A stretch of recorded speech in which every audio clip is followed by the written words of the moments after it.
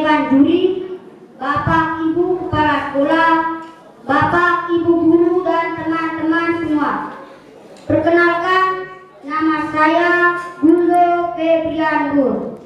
Saya siswa kelas 5 dari SD Ratemomang, Pugus Garana.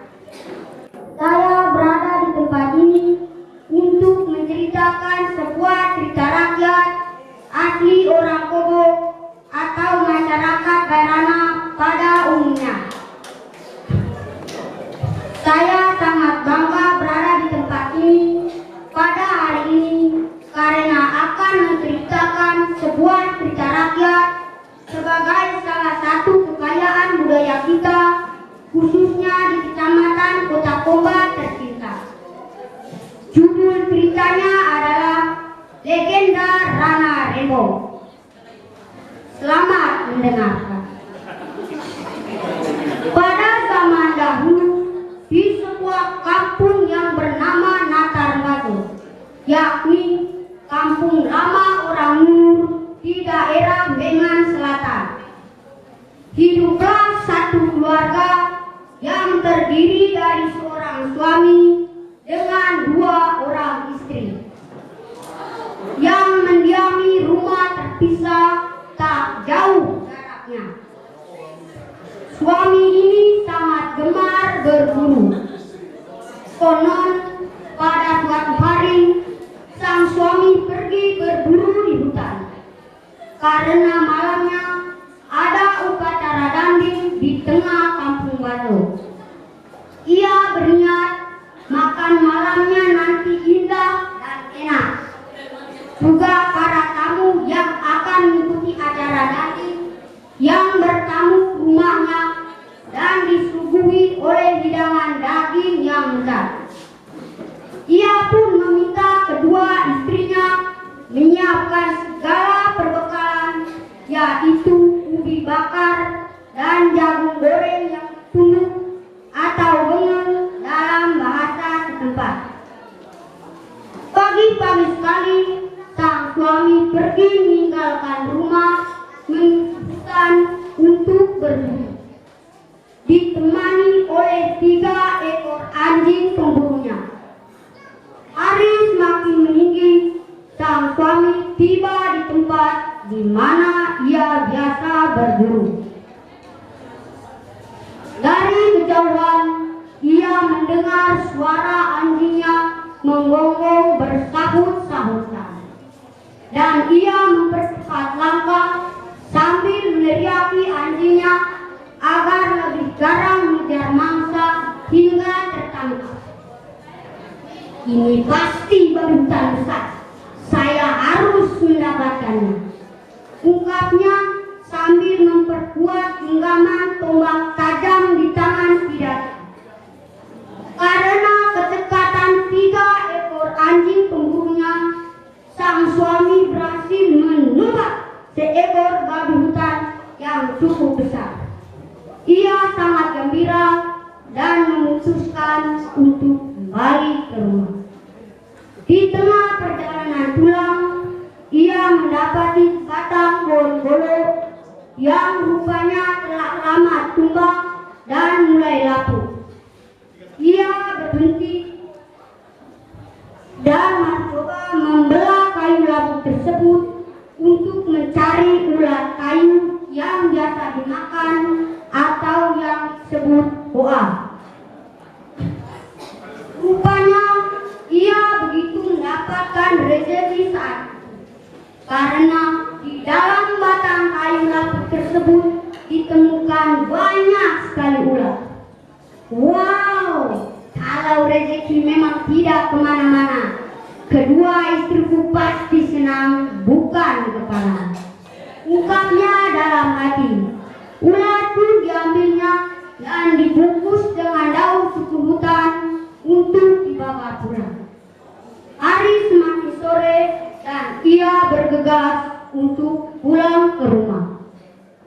Sesampainya di rumah, ia menyerahkan hasil buruan kepada kedua istrinya. Babi hutan untuk istri pertama, sedangkan istri kedua diberikannya ulat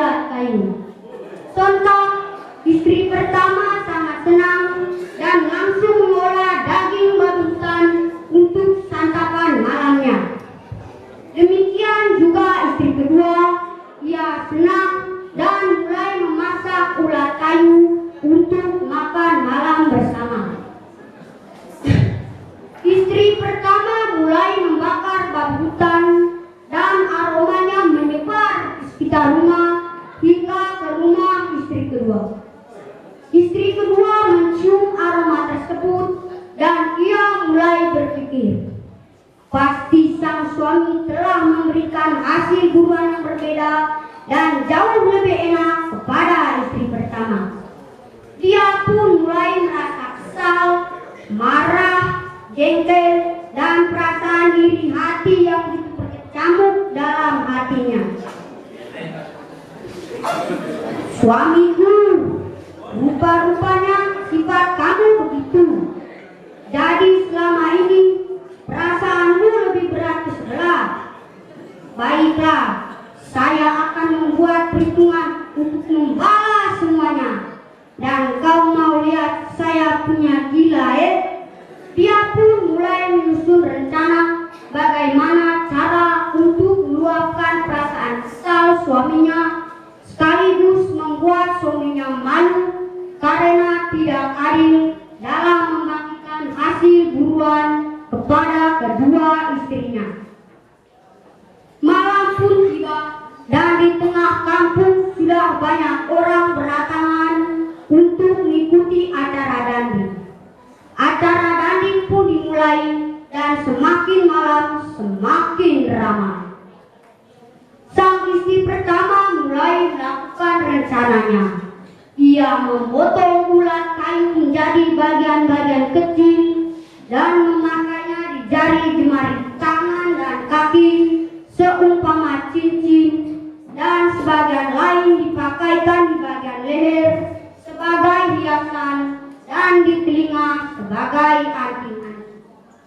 Ia menerobos masuk ke arena danding sambil menari-nari bergabung dengan lautan manusia yang tenggelam dalam keramaian danding malam itu. Semua mata tertuju kepadanya karena keunikan perlengkapan tarian yang dipakainya dan gemulai tubuhnya berlenggak-lenggok di tengah kerumunan acara danding. Tingkah laku gerak tarinya semakin lama semakin mengundang gelak tawa dari semua orang yang melihatnya, apalagi mereka mengetahui ternyata hiasan yang dipakainya berasal dari ulat kayu. Semua orang tertawa terbahak-bahak, ha-ha, dan mengikuti dia terus menari dan mengitari seluruh halaman kampung. Aksinya tak terhentikan dan riuh gemuruh tertawaan pun semakin menjadi-jadi. Tak terselang lama, langit menjadi gelap.